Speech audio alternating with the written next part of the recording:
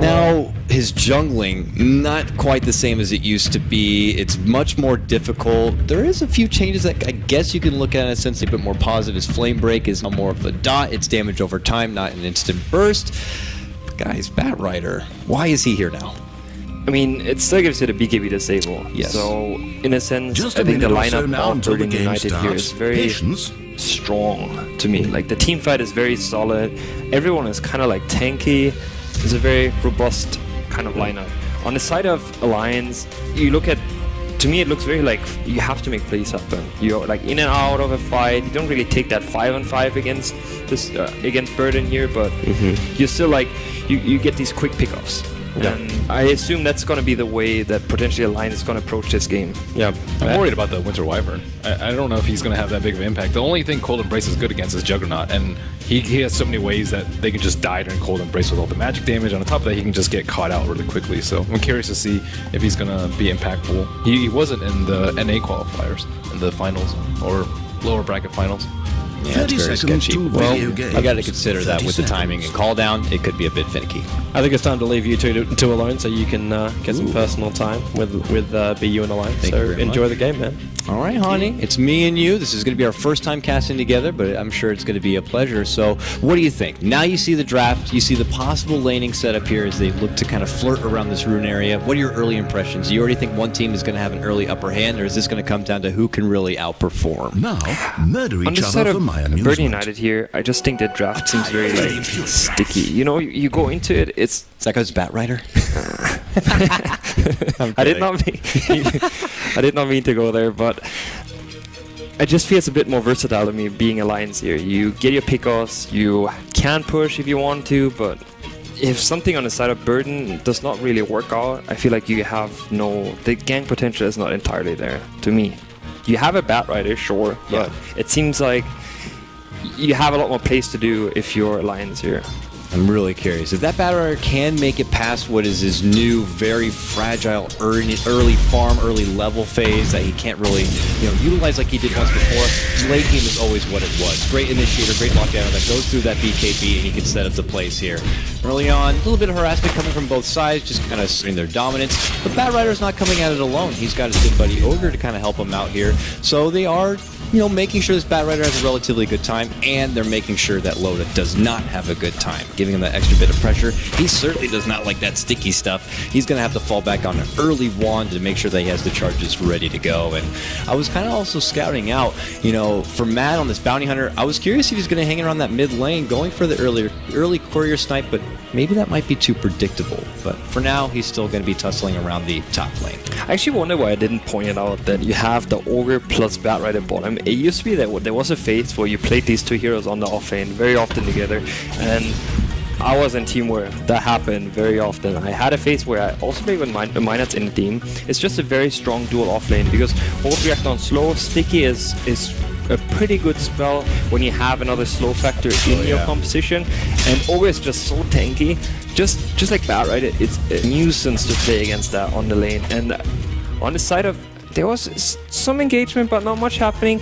So continuing to my thought trade, on the side of Alliance, you just have to watch out of it. It's just, in the very start, if you make a mistake, that lane can snowball very hard. Lots of slow, all that sweet fire to stack on top of the napalm. Could be very deceptive and something Loda might need to look out for and make sure he has that help nearby, but it's not very defensive support help, it's just Lion. So Lion doesn't really get to be that bully. It's Ogre who's got all that sweet meat on the bones that can really kind of be the bouncer for the lane. So my nuts is not going to be too scared about the presence that's coming his way. I mean, look at Aki's already got like 6 shots on him, and you wouldn't really think that by the look of him. But here's Mad now, makes his adventure all the way from the top lane, and he's kind of scouting out. He actually attempted a body block there, being in the wind walk. It looks quite hilarious. Yeah, he's like walking in front of him. It smelled like ghost farts, I guess. I don't know. It just doesn't really work that way. So he'll eat the early ignite, and he's going to be forced to walk away. Batrider gets the creeps right under the tower, and now, because Ogre's gone, he gets some sweet solo XP. So he can kind of get a bit more levels, and he's about to be level 4 about 3 minutes in. So this is a good, strong start for Paris on his Batrider. Yeah, it actually looks like very good dual offlane here, and like you were mentioning, they're getting their levels. And on the side of Alliance, you have to question yourself, is it good enough what Jugger gets right now on that lane?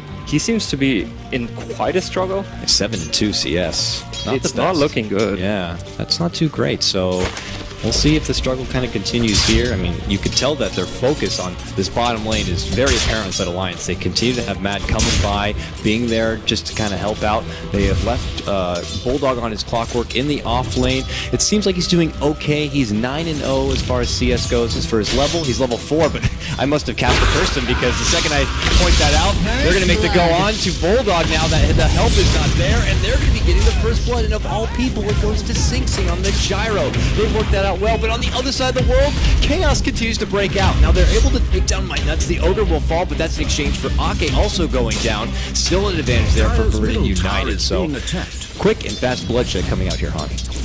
It's not looking good at all for the side of Alliance here. I'm still trying to figure out what is Ake actually doing in this game. So far, he has not really achieved anything. The comparison I always have when there's Bounty is mouse boards. Paladai, they pick it in the first two as well. Initiation on... Yeah, they slow him a bit. The spin's there, plus the nice little toss, and hey, that gets it done. So I guess that's a reverse caster curse. You're kind of asking, what is Bounty Hunter getting done here? Well, he gets something done there, Honey, so I hope you're happy. But now they managed to even the score up. Loda gets the help, gets an additional kill there. I believe he was the one who scored it, but still, very profitable for them in that off lane. If you look at the mid lane, it looks like Pyket is actually stomping that mid matchup. Oh yeah, you're right. And 29. That is not to be expected to me. 15. I think SF should be doing all right. Yeah, you know, usually it's, you know, by the time he gets his level 4, level 5, he's got more into the raises, and I like that use of the illusions to get the double stack on each of the camps, which it looks like he's going to have to use at this point because of how he's getting bullied in this lane. But yeah, oh boy, it doesn't stop though. Here comes a nice rotation from Ake in the north side, leading with the Hex. They got the stun, and I love that Leshrek with his new weapon kind of jabs him right down. So with that, just when we're getting ready to praise Burn United in this early laning phase, Alliance are able to shake it off, and now they start going and kills. So they now get one pretty much across the board. It's hard to say who's kind of taking control of the laning phase at this point. I just think it's so important for the side of Alliance here that Pyket is again in this kind of leading position. He's winning his lane by a tremendous amount, and he has to be that force that brings him a victory. Like, he is the player pretty much that makes Alliance, you know, like push them upwards, bring them into that comfortable position, whereas Loda can catch up then from there. It's almost inspiring. He gets out there, he does his flashy movement, he gets these big early kills, and the confidence you can feel almost builds up around it behind them. They begin to thrive at that point. So we'll see if that's going to be the case here for this game number 1. We see Bulldog dancing around with the pole camp there on the side, but obviously Burn United are kind of onto it at this point. And Paris now ventures away from his bottom lane. They leave it for the Ogre, and now he's looking to get involved, and this is kind of what we were used to seeing with the Batrider back in the day, 6.83 and before. Now he gets to work with the jungle a bit, builds up his farm, trying to get that Blink Dagger, but because they know he's alone at the bottom, well, hold that thought, they're able to get the quick, easy pick. With the Rocket Barrage go from Bounty Hunter, and then on the other side, they're going to go for My Nuts, and they get that kill. Both sides kind of recognize who's out there and available. They know that the Ogre's alone, so they capitalize on that. But at the same moment in the top lane, they scout out the Mad on the Bounty Hunter, and they get their own kill there. Everything so far has been very back and forth. You take one, I got one. Yeah, it seems quite even actually for this early game, and I think one thing to mention is that the big camp up there that Batrider took, I think they shared the experience on it, so it wasn't too bad for them at all. Yeah. Like, sure, Bounty Hunter died there, but I think he took a large portion of that experience. They shared it between, like, 4 heroes. Oh, no. See, Bounty Hunter, this is where he's at his best. That was effortless. He just breathed on the bat and he fell over. Getting a solo kill on a Batrider that actually looked pretty good in levels is tremendously important for the Bounty Hunter here. If he managed to get another level, he's going to be 6, and then you start with tracks, and if you don't watch out, a track can result into so much gold for your entire team. Yeah, there will be almost no coming back at that point, so good job from Mad. I mean, early on it seemed a bit questionable, but at this point he really makes it work, and that's the price you pay when you pick a Batrider into the Bounty Hunter. But here we go, the first call down of the game going to be dropping on top of him. The Wyvern getting a lot of damage, but Pycat as well, who made the rotation. He's actually the one who's going to go down, but Bulldog, desperate to get some redemption, jumps on in, does slay the dragon, and now he's going to look to retreat. Ends up being a 1-for-1 that is still at the better of Burn United, getting that precious core, but can they get more? My Nuts looking to move on in, but they don't have the detection to follow on up. Bulldog lays down the cogs, but My Nuts, he's like, I'm happy to go toe-to-toe with you. Now it's Bulldog on the run. Not much mana to work with. Look at the Rocket Barrage go right into the raises, and they're able to bring them down. Ends up being a 2-for-1 trade. Advantage for Verdant United. There was a bit of, was a little unfortunate there for the side of Alliance. They tried to go at the same time. They were not expecting to for a gank happening towards on the top lane. So kind of unfortunate. On the other side is, I think Ogre should carry a dust on him. At least one person should carry that dust, because bounty hunter kills, especially when he's 5 now, they're actually quite valuable. Oh yeah. And you want to get those big offs.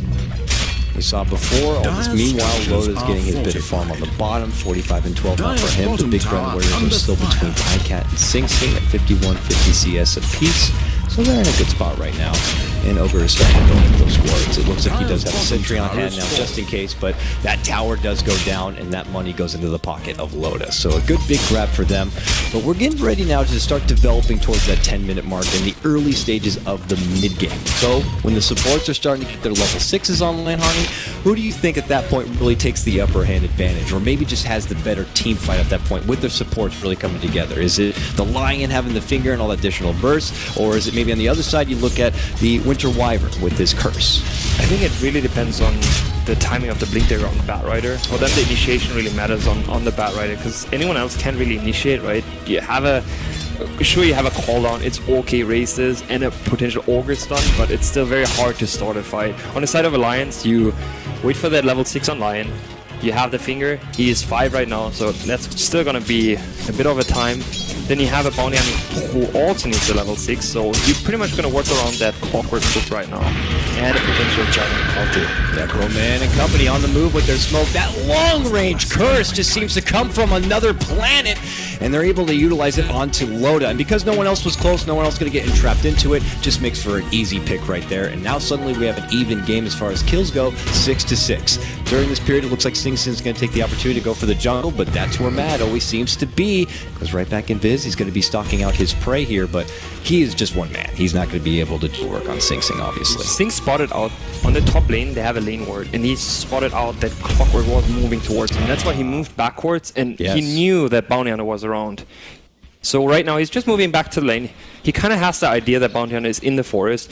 Before, when bounty hunter TP'd onto the top lane, they had a sentry as well as an observer with there. So they 100% saw him walking by. That's good recognition of game sense right there, to see the body language of someone like Bulba in the offlane. If he starts, hunting, hinting that he's going to be heading that way, then something's a bit fishy. Especially with bounty hunter always off the radar. So good heads up there from Sing Sing, and obviously good ward placement to kind of get that bit of intel. So Mad is forced to go back on the move now. They really want to get what they can out of this track when possible. Loda back to his farming grace here. Are we going to be seeing more of the cookie cutter, if you will, Juggernaut build-up like we saw from 6.83? It looks like for now, he's got the Bracer, possibly for drums, also went with the Yasha on hand. Is there any sort of change-up we're going to be having from a Jug, or anything that might be a special case for this particular matchup? The only question I have is whether or not if you want to get a Mask of Madness anymore, because Mask of Madness was picked up just as a tool because you farm so fast with the movement speed, but the movement speed on Mask of Madness got reduced. When I looked at Loda's items, he didn't have a culling rate, and I'm wondering if he still wants to get that, because right now all he does is farm the forest, and it's way more efficient having a culling rate on you. Sure, it doesn't work against Ocean, but overall it's still, it's just like 32% farming faster, right? Essentially. And I'm wondering on the side of Burden, why is no one trying to do anything about the bottom lane? That sentry, they see Mad, they're going to move on in with the call down the Rocket Barrage, but he just puts himself even closer onto the sentry, and they are going to be able to get him. So a good, easy pick that was kind of gifted to him at that point. And I gotta, also want to put a note, I wonder if they kind of have an idea that this Batrider has his blink. He was stalking him previously, saw him finish farming the jungle, start heading towards the base, maybe had an inkling that his blink had been completed at that time. So there's no more of that usual surprise we like to see with your Batrider. You get the blink in the dark, you get your smoke, and you make a good first debut with it. I was going to say a slight misplay by the Batrider here. If he would have checked that Gyro, or Gyro should have maybe told him that there was a track going, they saw the movement of Batrider behind the tower. So this gank there was no way that this gank was going to be successful. He should, in theory, Sing should be the one telling that he's tracked, because he sees it on his hero without, you have to check over every hero, is he going to be tracked? So kind of a miscall there by Sing not telling him, but, well, unfortunately it does not result into a kill, right? Yeah. Tower pretty low, but not low enough Radiant's for the middle deny. tower is But taken. United wanted to be walking away with that extra bit of but it looks like the next step back to the move here, but let's obviously know the Batrider has his blink, but mid lane there's going to be a breakout. Looks to pick up it for Bulldog, making a go on for Necroman. Necroman can make it away, but here's Paris from that rotation, able to get up the lasso. They get the easy pick on the Loda of all people, and Bulldog might be in trouble here next. They look to turn back with the Raze, but it's not going to be on the mark. Necroman, oh, there it is, and that's a track kill, if you will. Good Shuriken bounce. They're going to be dishing out another track onto the Wyvern. Ends up being a 1-for-1 trade. Your core Radiant's Jug top for tower is the under core siege. Shadow Fiend, plus you got to factor in that Radiant track have kill. fortified Yeah. their towers. Overall, still it's an okay trade for both sides. Like, this game seems to be so even. Radiant's It's always a top back and tower forth is and kill. Yeah. There's just exchanges happening.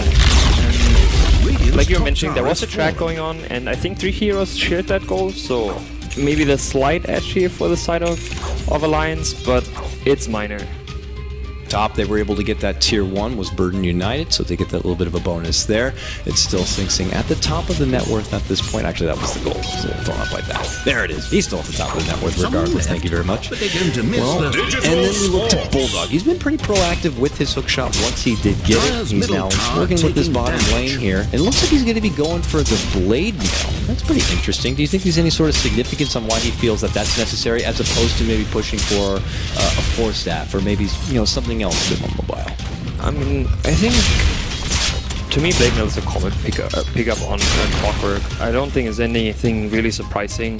If you would have gotten something like Eels, I would be like, oh, this is quite interesting. Might have to him like he can get something done, but he doesn't realize he's quickly outnumbered, and he may be big and bad, but oh, look at this, a save from the other side. Come with me on the high ground with this dragon, able to help him on out, but I don't think that's going to be enough, and that's another track set of gold into the pockets of Alliance. A good grab for them. They have to sweat it out a little bit, but I think they're going to be happy with the prize they've earned. And if there's one thing you don't want to do is give away these track kills. It just means too much. You have to walk as a team. I guess that's the hardest part about playing against a bounty hunter. You can't give these pickoffs. Even a support that's very underfarmed is going to give you so much value because of the track. Essentially, if you have 5 heroes gathered around, it doesn't even matter. It counts kind of like a carry. Dyer's top tower is being As far as attacked. item progression, we see the mech going to be complete on Necroman and his Shadow Fiend, and with that as well, we also see an early grab Dyer's top of the tower Soul is under Booster for siege. Pycat. So obviously changing out those arcanes. Looks like he's going to be going for the standard quick build up into your Bloodstone. So he's making fantastic pace, and of course credit for Mad being able to help out with those track picks. So they're in good standing right here. You have to fear a little bit. Burden United, they had that strong laning start, but their supports are still a bit starved right now. So being able to give them a bit of farm is very important. Loda was trying to find the Batrider here. On the side of Burden United, I feel like they need to make some plays with a Batrider. They haven't really tried to set any ganks up ever since he had that dagger, and to me, it's the only initiation that they really have. Next to the Winter Riven, they could initiate with the ulti. They've done that onto Loda. It's pretty good just because it's instant and it has 800 range, so it's really hard for Loda to react to this. But other than that, the Yo's classic initiation is just smoke, Batrider, and you get a kill. And they have not tried to do that at all. I mean, is it just because they're not really trying to go for it, or could it be a bit difficult? It seems like with this bounty hunter in the game, they always have that bit of intel, or he's constantly dishing out an occasional track. It's just kind of hard to get a scouting report, or maybe Burden United are just a bit nervous because of that. And, if you do a bit of a misplay on trying to make a committed go with the lasso and you end up not trading in your favor, you're going to be handing even more possible track gold over to Alliance. So I don't know, maybe it's a factor of nerves, but we're not really seeing, as you pointed out, those big jump-ins from the Batrider quite yet. I overall think is the one thing they tried to do it was on the top lane where Sing was tracked, so that Radiant's doesn't really top count to tower me, is and they being have not attacked. used the smoke yet to make a play such as that. So on the side of Burden United, I think that is a go-to, unless you want to smoke for a roll or whatever, something like that could be also a play. But you can, this is a situation for Burden that is very scary. If a Gyrocopter is alone like that, Aki is he has his finger up. Yep, he moves in, all that was comes from Sing. They get the track on onto my nuts, and they're able to finish him off. And then they follow up with Bulldog onto Sing Sing, and they can get that kill here. Can they get the return to Pike? And the curse is there, but here comes the jump in from Paris. Looking to follow it up. Can they take down the ledge? They certainly can. Making at least a 2-for-1 trade, but nice finger comes out, and they're going to be able to clean up the Winter Wyvern. Come with me, he's going to go down, and now Necroman gets saved up a little bit, but he's still tracked up. They're on the prowl. Can Loda get the finishing blow here and secure even more of a bounty? It looks like they'll be able to. He has nowhere to run, nowhere to hide, and he will go down with a flurry. And that ends up being a 4-for-1 trade. Oh my god. And my original point was where Gyro is alone on that top lane, it can't happen. You need to sit together, and they're not trying to find the initiation. And it really depends on, if you're the reactive team, you're usually behind. If you're not the one that makes the plays, your response is always going to be too late, and against a hero like a Bounty, it's very crucial because it spirals so fast out of control. 1, 2, 3 track kills, you're suddenly far behind. Oh man, a Dagon pickup suddenly on your bounty hunter. No, you got even additional burst rather, so that is very scary. Some of these supports like your Winter Wyvern could be a bit fragile. You add that burst on top of already the burst that could be coming out from your finger. Just makes for easy pickoffs one after the other, and like you said, it feels like Burn United are not being proactive enough with the power curve they seem to give themselves at the early portion of this game, so they're kind of being a bit too submissive, it feels. And because of that, Alliance recognize it, they almost smell the fear, and they kind of just use that to their own power advantage. And I don't really foresee them really letting go, and it's more pressure on Burn United to kind of take this game back. They do manage to throw together the BKB on the Sing Sing though, so they get that one defensive tool, but they still need more as far as damage goes. What I see Pi often do is to just get that mana boots on Bounty Hunter. I actually feel like it's to me, it's a better item. Yeah. Just because you need so much mana for the whole track, it just... Yeah. You have no regeneration at all. Right? Maybe a bottle sometimes, but yeah. Potentially, like, if you aim for the tracks, I just feel like having a bit of regen is quite nice, just because you want to throw out tracks all the time, so you have information. Yeah. And information is power. In this case, he doesn't have that. Sure, he has quite a big mana pool, but I think it's still very important to have some sort of sustain, and it would benefit a lot of heroes. I think Lion, in some sort of situations, when you're in the team fight, he needs a full mana pool to do something. Sure, he can mana drain, right? It's not like that, but same with Juggernaut, healing ward, and the cost generally of the spells of Juggernaut are quite high, so having an additional mana boots is pretty good. Well, for him personally, at least he's able to step off. He gets the Dagon, which of course will add the intel now and all that burst that we were already talking about here. But as you see, Burn United kind of cowering together. Oh, Matt going for a ballsy TP here, but sorry, buddy, you're not going anywhere. So they're going to be able to catch him out. They have to commit the Winter Wyvern ultimate for it, but hey, a kill is a kill at this point. Burn United happy to take what they can. It usually isn't that big of a deal though. Bounty Hunter is supposed to scout, at least he gives information. He got another track out, so right now they at least know where their opponents are. So what Alliance essentially does right now is they just farm up. Are you happy with that situation where you go into late game just farming up? Well, look at these two. They're trading blows back and forth. Bulldog steps off for the hook shot. Drops down very nicely placed cogs, but hey, look who can fly up and above. But it still gets caught by it. I hate that. I'm in a game with a clockwork. I feel like I'm still like 4 feet away from the cog, but I'll still somehow get knocked by it. But he'll be able to make that clean escape. Good for him. But look at Paris.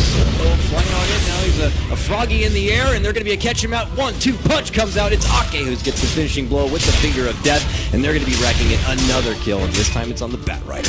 Slight miscommunication there. Leshrac was not falling up on that stun, so Aki had to use his finger there. It was important, else Bat Rider would have potentially been out of there. But important kill.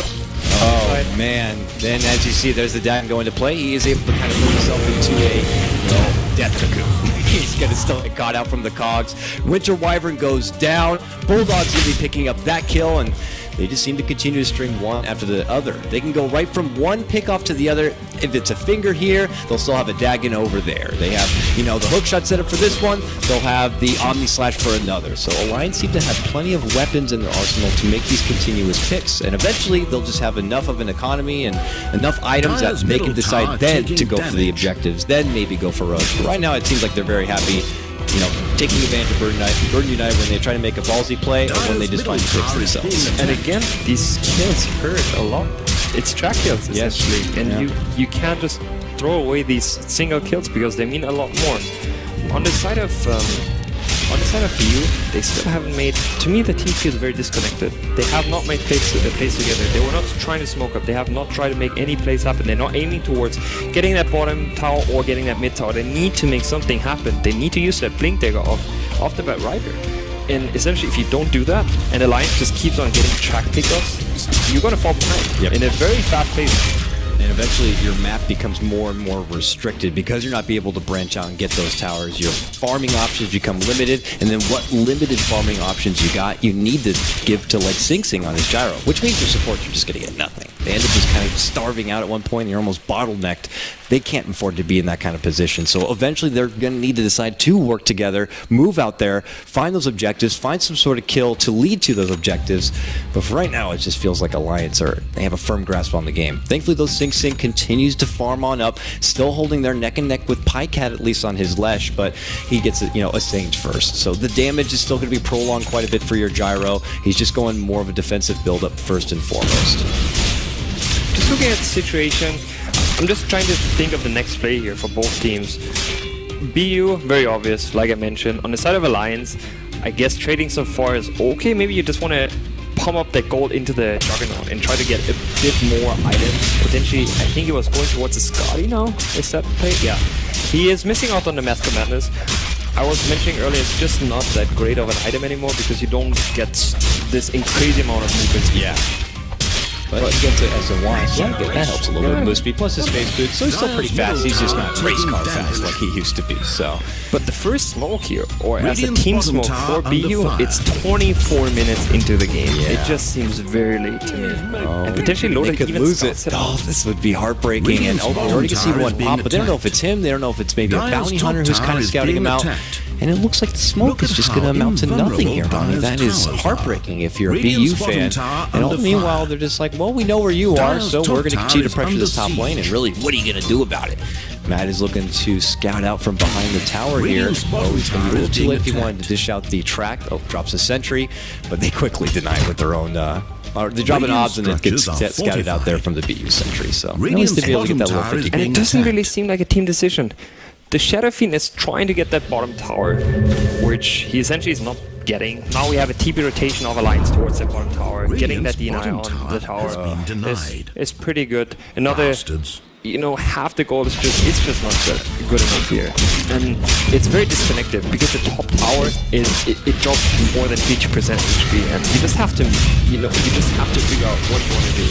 And BU again, they just seem to not have a clue how to move as a team. They just very disconnected in their play. It feels like just this bounty hunter, Matt, just could be such a headache at this point. It seems like he's always there, he's always dishing out the tracks. They ping him out and then they're kind of uncertain if there's going to be a follow-up with him or if he's looking to make a committed dive onto something. It's just doesn't seem to really be happening for him. So, it's something we question as far as that early second pick, but clearly seems to be something that he's very comfortable with, at least for now. So we'll see if that's the case or not. It still just stands that Alliance are in good standing at this point. So, and it looks like Loda is getting soon into that zone where he's comfortable with items. So far, all he did is pretty much just farm. He just farmed. We see Lesh and Juggernaut pretty much on top of the scoreboard, whereas you have a Shadow Fiend. He's not just on par with the Gyrocopter. And I believe it comes down to that there's little decision making. Okay, jumping lasso, it's on the Pycat. He already popped his BKB. Meanwhile, Nami's left goes on to nuts. Saved up. Finger's still there. They're really trying to burst down the Ogre, but on the other side of the fight, they're going to make the turnaround going to Pycat. Pycat's going to be the one to go down, so it's a trade between him and the Ogre. Now they're looking to follow up, trying to get hold of Loda. The Rocket's already going to be out.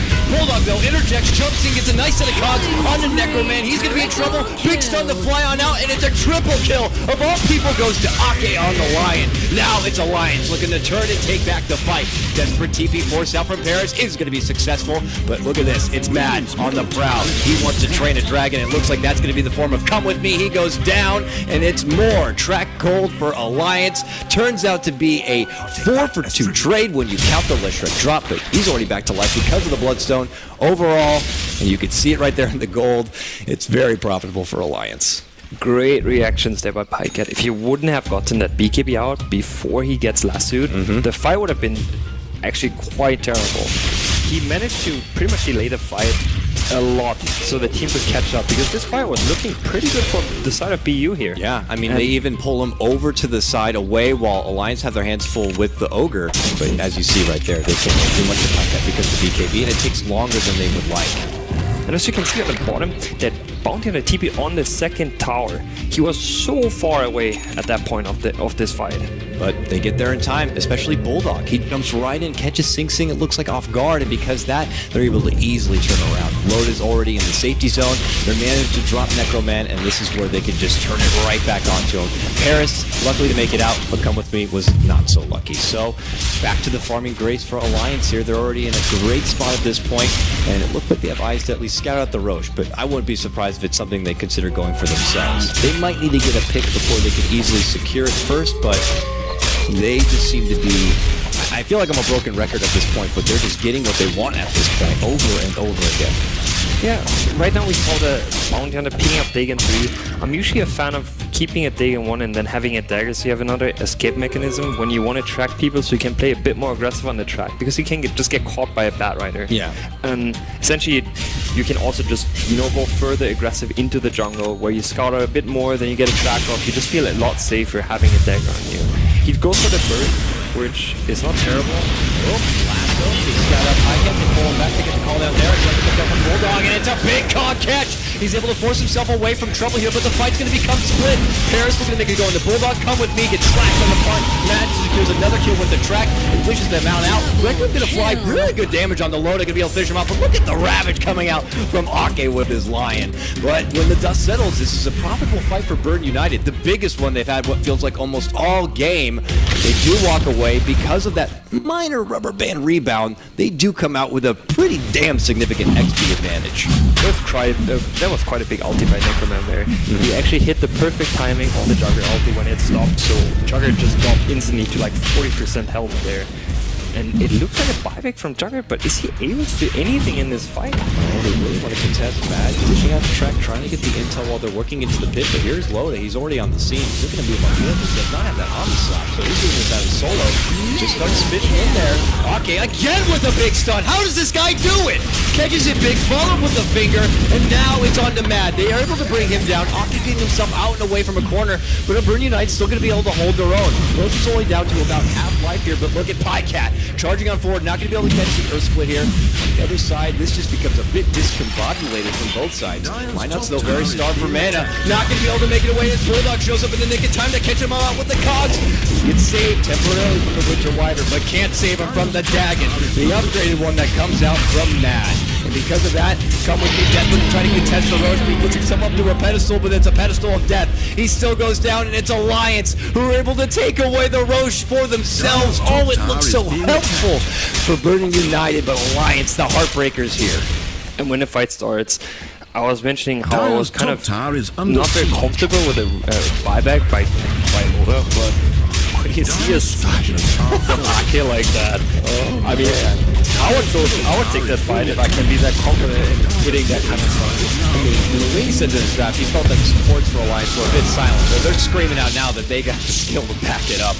And wow.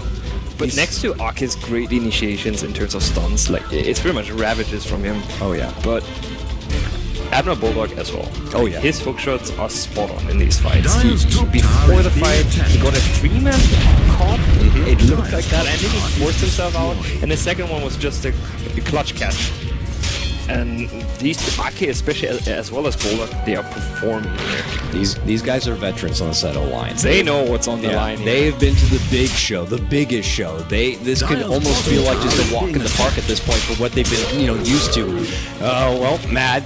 Fortunately, a little out past the safety zone. They have that sentry ward in the mid lane. He ends up feeding a little bit over, but it's not anything too devastating to Alliance. But this is good for Burn United. Because of this kill, they can finally push up forward and take this tier 1 tower. Finally, all 3 tier 1s go down, but now they have to consider a way to break on past and go for the tier 2s. That AD still on the side of Alliance. They have that extra life advantage, but BU, they continue to work together, and they just continue to truck down this mid lane.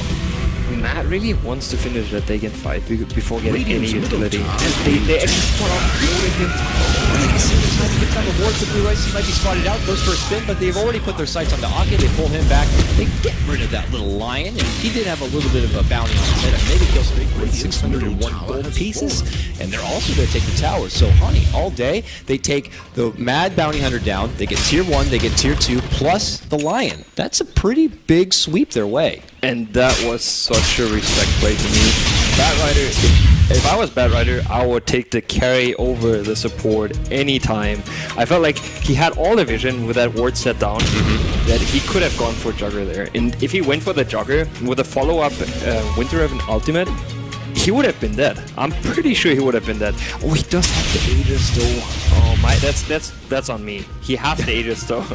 He actually has the Aegis, so it was the right play. No, I mean, in that heads-up moment for someone that think that straight, I agree with you. You'd see someone like Jug, and you're like, that's the profitable grab. You got to go for it. But yeah, he has that extra life, and I don't think all that necessary action probably would have been worth just living up the Aegis alone. So instead, taking advantage of that just micro rebound factor, being able to get themselves back into the game is very profitable for them. Could have been me in game there. I would have gone for it. But it just goes to show that any player in those shoes, in the heat of the moment, you never really know, and that's what can separate someone who has their head in the game and someone who just kind of can panic almost at that moment. So I guess and some props to Paris for making the right decision at that moment.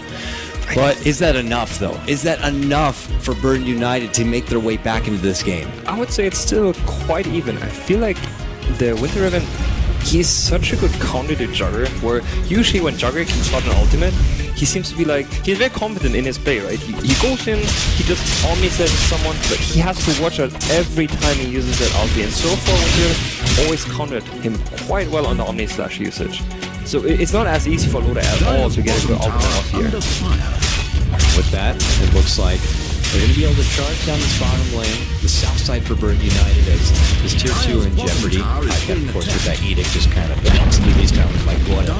And you see Matt still dishing out the tracks. You see a bit of split pushing going on, but it doesn't seem as decisive. They're not going for the split push fast enough, and it hurts a lot. You're losing a tier 2, you're not getting anything done on your tier 2. Is under siege. Essentially, your map gets smaller and smaller. What we saw right there before Necromancy being out, he was tracked, and because he was tracked from kind of an unknown spot without being spotted, they kind of get the idea that there are wards in their jungle. They're already pinging it out. They're going to need to kind of debunk that. Looks like they're already on the scene. He drops a sentry, but it's not near the ward. I guess they just didn't think it would be in the obvious spot, but it actually was. So double mind games or something, but regardless, Alliance still get that extra bit of intel in the deep woods of Burden United. It's a minor thing here, but when I look at Leshrek's item, I look at that power treads, I'm a bit confused. He got those power treads after he had the mana boots, right? And the soul booster. Normally boots of travel, right? I'm just wondering if you want to keep those as brown boots, but I guess he enjoys having those power treads and extra hits, potentially a bit more HP on top of that. But is it gonna... I just feel like you want to exchange those fairly quickly. Yeah. Eventually he'll probably build into some serious life that even power treads might not be necessary for. Let's say if he decides to, after the shift, go for like an Octarine core, then you're pretty damn big for a Leshrac, and the boots don't really seem to match up. And eventually you're going to want to maybe get that extra bit of mobility like the boots of travel. So we'll see what he decides to do with the little brown boots there, but using their little booties, it's Alliance walking around all smoked up, trying to catch an opportunity for maybe catching up Burden United, but I don't know if the smoke was scouted. They're in a very defensive position just inside their own baseline. Yeah, I'm not entirely sure if it was scouted either, but you can clearly see that Burden United knows what's up. No one is showing on any lane, and it's the right decision to just stick together in base. At least for the time when people are missing, having like 1 minute, probably around that time, okay, the smoke is gone. At least you're not running into the smoke anymore. And then if you move out together, and they are moving out together right now, it's a good decision making that you should still stick together if you can't see anyone. But at least like 1 minute, staying back 1 minute is pretty good. Just because you could still be in a very disadvantage because everyone else around you can be in this, and that can be very tough for you.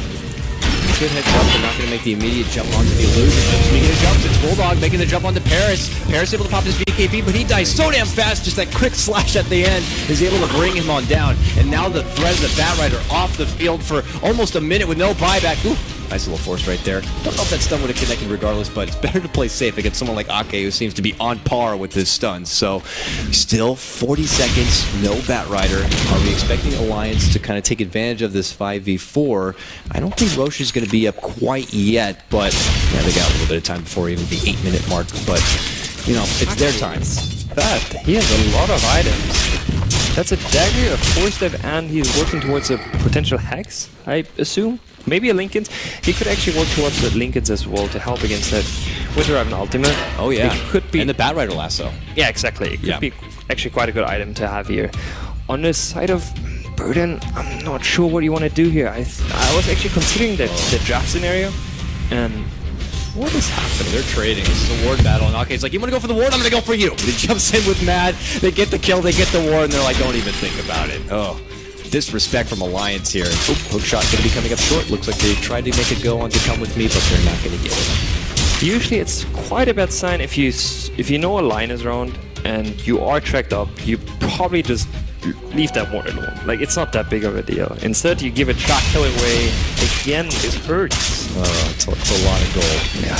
One thing that is going for Birdie Knight is because all the meanwhile, Sing Sing must have really had his nose to the grindstone for his farm. He's still king of net worth, not by a lot. Nipping at the heels, of course, is Pycat and Loda and his Jug. But is this one gyrocopter really going to be enough? Shadow Fiend for now just seems to be a little behind. So it seems like it's going to be more pressure on Sing Sing to dish out that flat cannon spread across the whole team of Alliance and bring it back.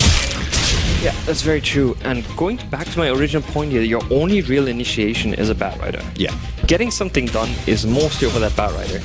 And they picked the Bat Rider as the last pick into a Bounty Hunter. Bounty Hunter is actually fairly good against the Bat Rider, just because once you have the track off, Bat Rider needs potentially having something like Eels, you know, so he gets rid of that track quickly, because you don't want to be in vision at all. Or you want to get a Shadow Blade, something like that, so he can stay away from a Bounty Hunter. Then Bounty Hunter at least needs something like that. Yeah. But having none of that, and your entire initiation relies on being the Bat Rider, it's quite tough for you. I mean, maybe off the top of your head, I'm trying to think about it as well, could there have been other options for the offlane that could still fill that role like a Bat Rider on being a good initiator? Popular pickups have been like a Beastmaster. He could be pretty strong, give a blink to him, and he'd be able to set it up. But, you know, it's reaching back to this Bat Rider. Not quite in the heyday like it used to be. Not sure if there could be any other hero, but I see Smoking happen. This is risky. They're so close to they don't even know yet. Oh, Sing Sing moves right into a Hex. He's not going to get the BKB. Oh, they're going to burst him down. Meanwhile, Paris still gets the pullback on the Pycat. Necroman getting off the Requiem. They might be able to burst down Mad here. Yes, they will. Paris is able to torch him on down. Sing Sing holds strong, drops down the call down. He gets a killing spree for himself as he charges on. This might be Burning United's time. They're able to clear it on out, but Pycat gets his own set of kills before he's going to be dropped here. Loda not going to be able to scout out Paris. Paris going to make it away, and oh, Bulldog. Thought about trying to get him, not close enough, of course. From the battery assault, when the dust does settle, it's a 3-for-3 here. A core apiece, but it is Sing Sing who also ends up going down here.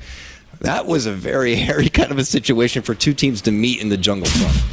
Actually, considering still right now is if the BKB of Gyrocopter is not popped and you get that defensive spell of the Winter Riven, can you purge it off? Is it diffusal possible to take that off? Because it seems so strong in these fights. Yeah, you see it right there. Now, they kind of stack the ultimates together. The lasso was used on Pycat, then they used the curse also, so it's a lot of hate for one goat, man. Paris is able to move to the back, clean out the backstaff here. Hockey sends himself into a call down, so that doesn't really work out too well for him.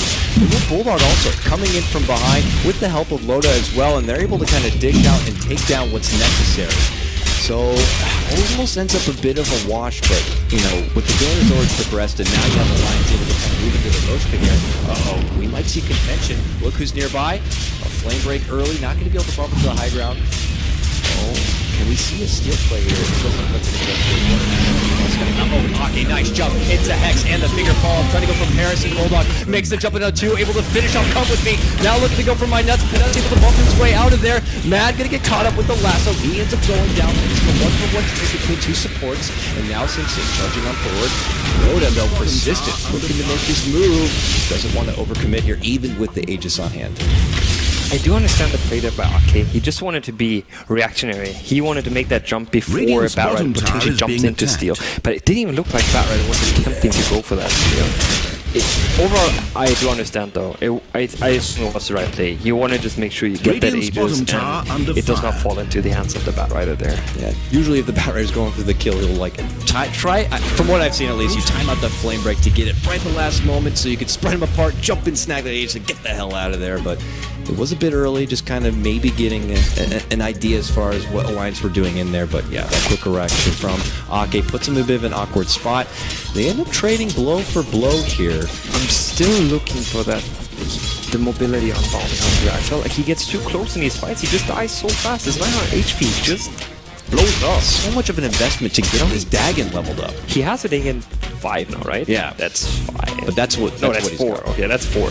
He has Dagon 4, but that's it. And I don't agree on leveling it a bit high. I don't really think it does that much. I feel like he could have been a lot more active in these fights by just tracking up people. You want to track, because Juggernaut just gets kited. As soon as Bounty is down, you don't have that 20% movement speed anymore. And you're not going for Mask of Madness, so you essentially you rely on another tool that speeds you up. And if Bounty dies, the fight gets a lot harder. And the previous fight, the one I wrote, the one before, if Pykett was not able to get 3 kills there, and if he would have died just a second earlier, the fight would have been catastrophic for the side of Alliance, just because Juggernaut gets kited. It might not get any easier though for Virgin Dial's United. We bottom saw tower that under Ake almost fire. has that Lincoln's complete. So those big ultimates that have been working pretty well for Virgin United to kind of keep them in this game with that setup might not be as easy here. I think Perseverance is already done, so just a recipe away before he gets that extra kill. So with that, Virgin United still moving as a group here. Get that out of the Roche pit. Barrett's able to quickly deny out the item, but here they pull back, and we're almost still at a bit of a wash. Holy Hannah, he's fat. That Conqueror has items, but he went for the Lincolns over getting an Aghanims. It's interesting item choice, but I guess they really want to have that Lincolns for the carry.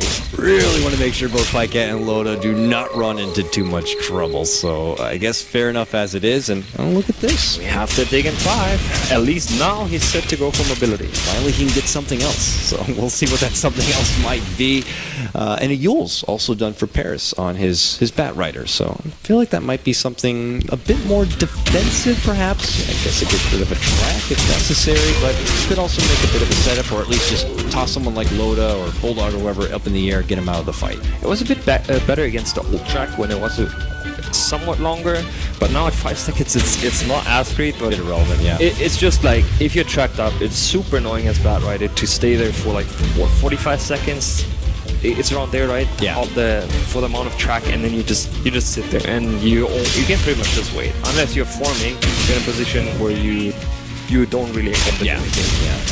30 seconds apparently. Thank you very much. I believe script right there as our obs. Just cutting on out and giving it a bit of info, but still feels like an eternity at this point in the game. 30 seconds. So yeah, we'll have to see. Hey, plus you get that little bit of extra move speed under that rider, but here they go. We don't see very often Virgin United kind of crossing that river, looking for anything aggressive. Normally it's Alliance going into their neighborhood, but maybe they're feeling a sense of confidence. But as that happens, Bulldog makes a jump in. Good force save. He's going to be helping out with Come With Me.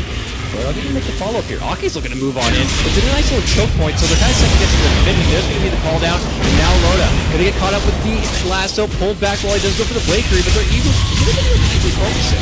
He is going to get the Omni Slash off, and they're going to try to stay alive here. Another big step from Ake from the high ground here. Necroman's going to end up going down. Sing Sing, who is tracked up, trying to go for blow with Loda, but you're not going to be winning that fight. Ends up being a 3-man takedown. Alliance lose no one. Good kind of second jump right there. They thought they could just immediately go in. They double back a bit, and then they kind of reanalyze, it seems, this situation, and then they go on forward, and well, they end up walking away the big victor. Man, look at that XP gold swing.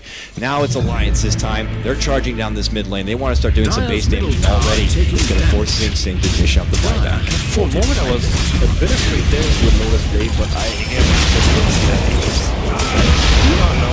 die, but what happened there with Loda though is Loda to me is one of those players that if he needs a crit, he needs a dash, he gets it. And he just got in that, when he used his Omni Slash, he got a crit onto the Winter Weapon.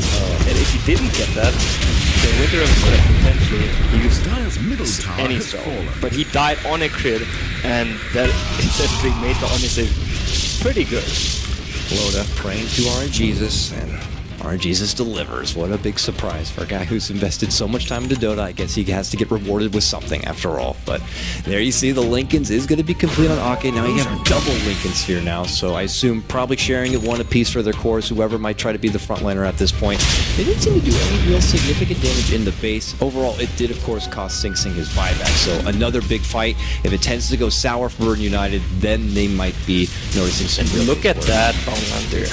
That next item he's going for. What is it? That's a force. Mobility. He's getting the mobility. Yep. It's not a dagger, but I'm alright. Having that force dev, it's something, right? Yeah, you can always use it on an ally if you need to, save them in a bit of a pickle. Why not, right? Pretty good. And we have a smoke here by Alliance now. I'm wondering what they're trying to achieve. I guess it's walking down the mid lane.